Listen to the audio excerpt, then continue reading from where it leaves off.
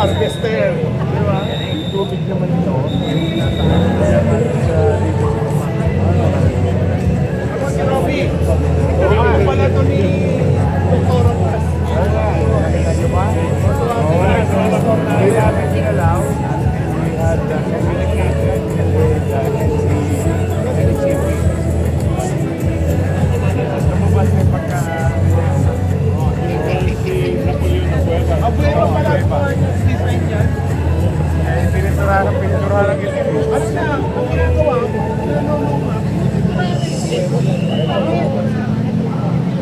Maraming kagawad na yun. Thank you very much. So, nagpag-guide kami. Actually, hinahanap nga namin yung original na kung ano yung nagawin. Hindi na namin makita. So, nag-import kami ng marunong. So, na-restore natin. Pinag-guide na sa NHCP. Happy naman din ang NHCP. Dahil na-expect nila yan. Ayos yung pagkaka-restore. Happy rin ang family. Halika. And to formally open our Senior Citizens Park and Pet Park, we will now invite our distinguished guests to proceed sa ating designated area for our ribbon cutting ceremony.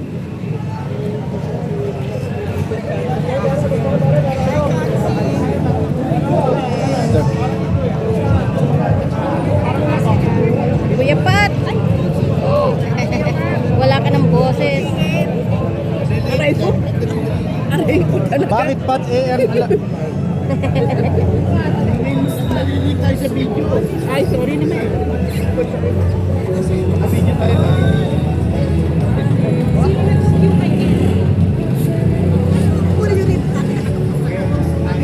Eh wala na, nakapesto na eh. Hawak na lang ako. Kaya naman sa akin, disipin.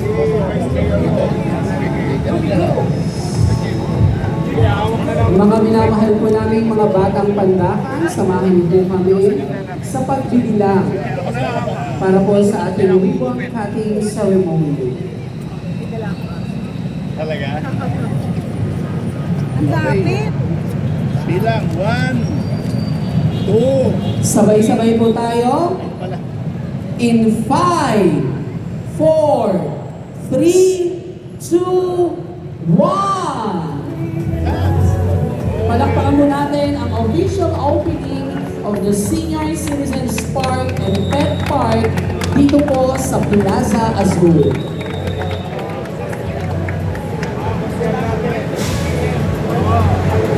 And at this point, we invite our officials and distinguished guests for a walkthrough of our newly inaugurated park. Doon. Ikit na.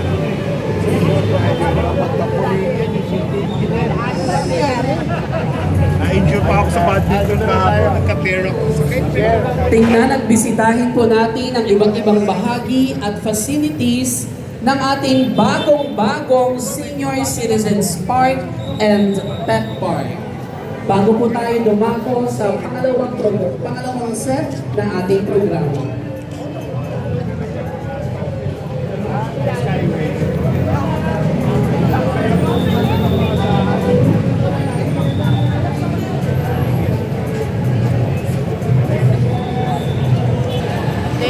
Ni Ma'am Gloria.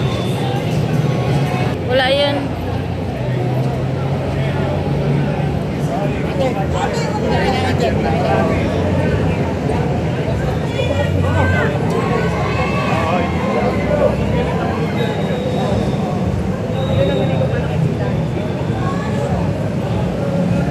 Hindi na makita ni Yorme yung eto.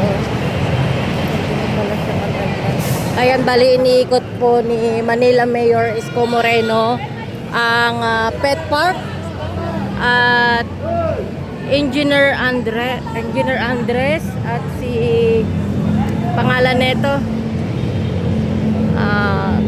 MMDA Artes.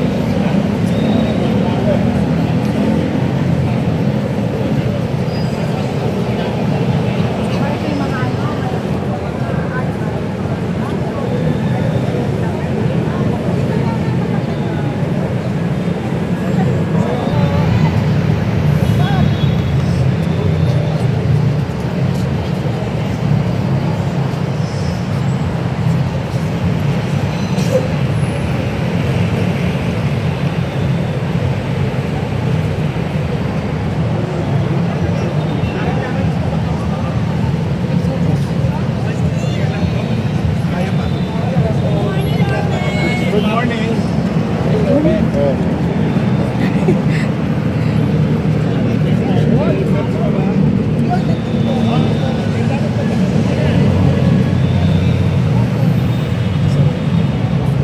Wala pa.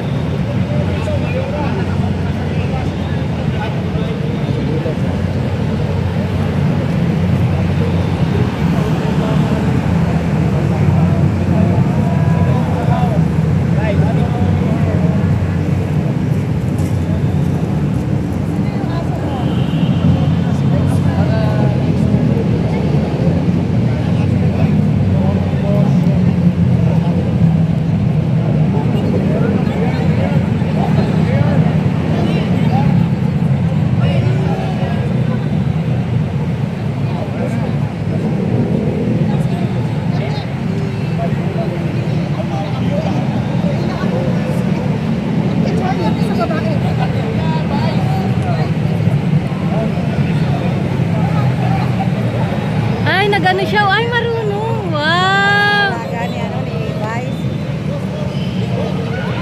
Bumaba! Ay, ang cute naman nung isa.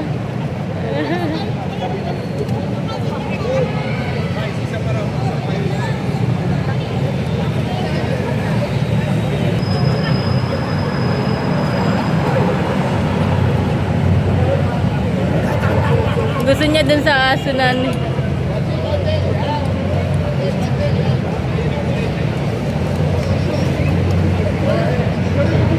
Ayaw nung isa. Natakot ang laki. Oo. Ano ba to?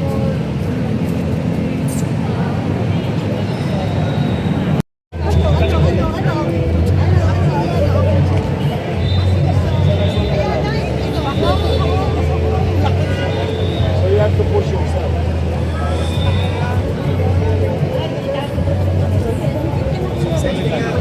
I'll be with you.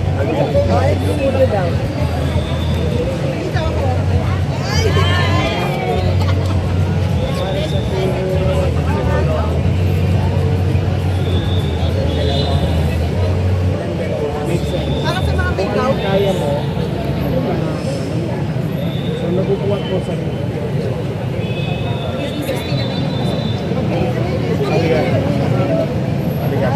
Picture naman po.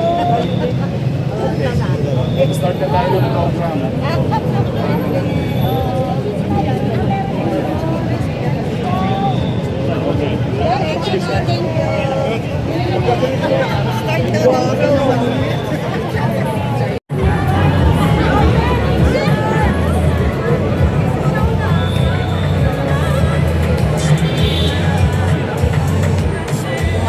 Para po sa kaalaman ng bawat isa, ang ating pong Senior Citizens Park and Pet Park ay binubuo po Siyempre ng Senior Citizens Pavilion, and Blossom Monument, Children's Playground, Fitness Area, Alfresco Space, Drop-off Area,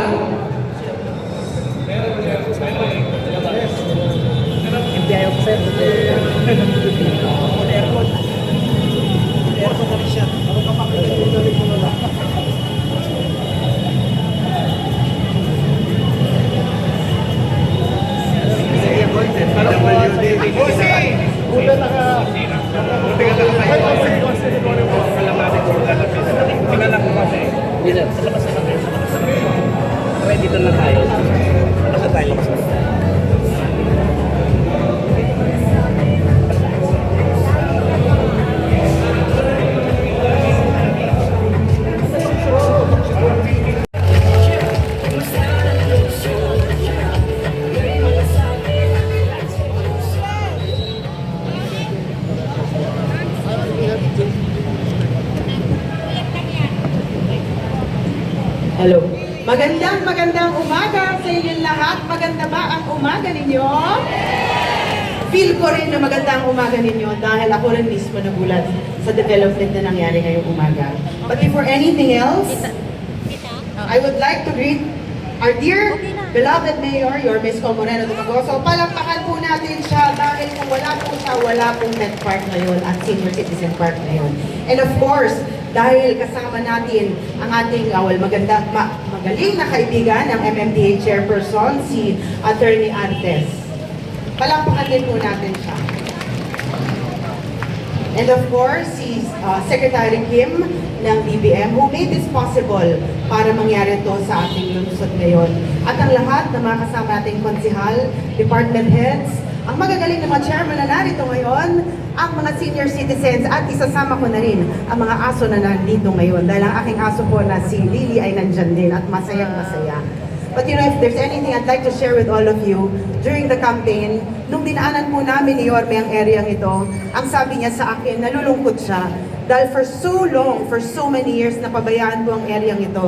At sabi niya, balang araw, pag tayo ay makaupo, sisiguraduhin ko na mapapakinabangan ito ng aming mga lolo at lola. And true enough, a year after, narito na po ang inyong park.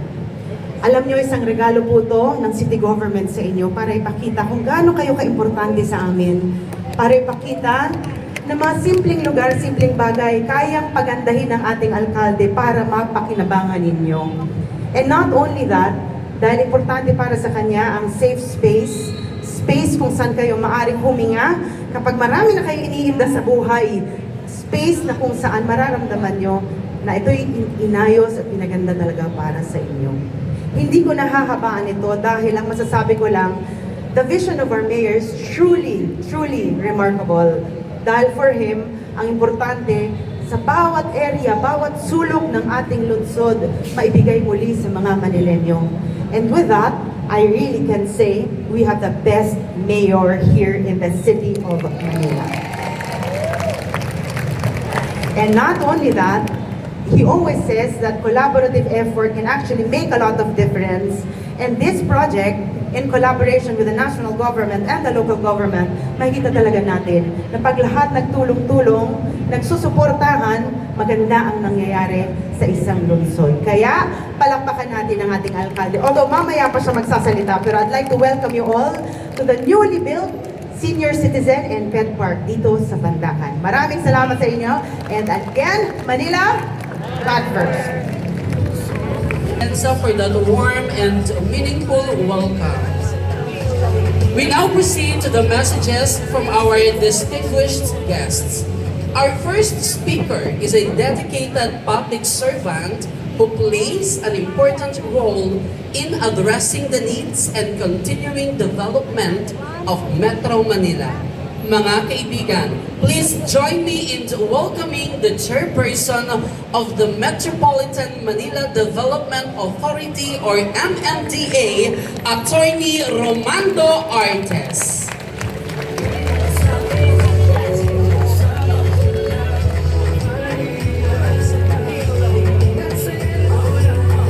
Basic Kim De Leon ng DBM, Vice, sa relatives po ni Dr. Guason, mga officials po ng City of Manila at sa mga barangay officials, residents ng lugar na ito, particularly mga senior citizens.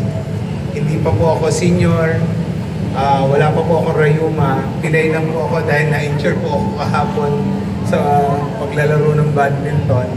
Akala ko nga po hindi ako makakapunta ngayon pero sinikap ko po dahil alam ko importante itong okasyon na ito. Dahil kung inyong matatandaan, 5 months or 6 months ago, na andito rin po kami ni Mayor, ni Vice, at probably marami sa inyo ang naandito. At nasaksihan nyo yung ipinangako namin ni Yorme na in 6 months time, tatapusin po namin itong regalo namin sa inyo. At ito na po nga, tapos na po yung senior citizens park and pet park po dito sa inyong lugar. Siguro i-emphasize ko lang po at pasasalamatan muna yung mga tao na nagtulong-tulong para maisakuptuparan po itong proyekto ito. Ang pondo pong ginamit para maipaitayo ito ay bigay po ng Department of Budget and Management sa pangunguna ni Sec. Kim De Leon. Palakpakan po natin ang DBM. Na ibinigay naman po sa City of Manila. At sa amin po pakikipag-ugnayan kay Mayor Isko, nag-request po siya na dagdagan ito yung pondo pong natanggap nila sa DBM na iyan po naman ay tinumbasan natin na ganoon din halos na halaga para po magawa dahil napakalaki po nitong lugar na to, halos 1 hektarya po. Kung inyong matatandaan, 1 hektarya pa. ito po ay parang ginagawa lamang parking yan eh. Malikabok, puro debris lang, batuhan. Ngayon po, maipagmalaki natin na pasyalan.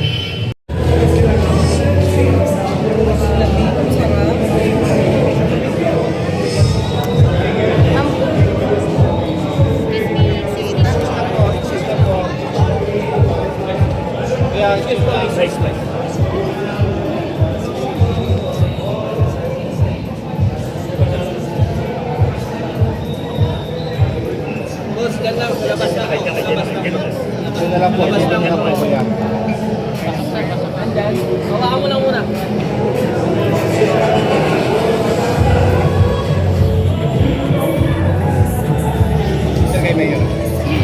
Sir, pinakuha ko po yung susunod. Mamaya ka ako.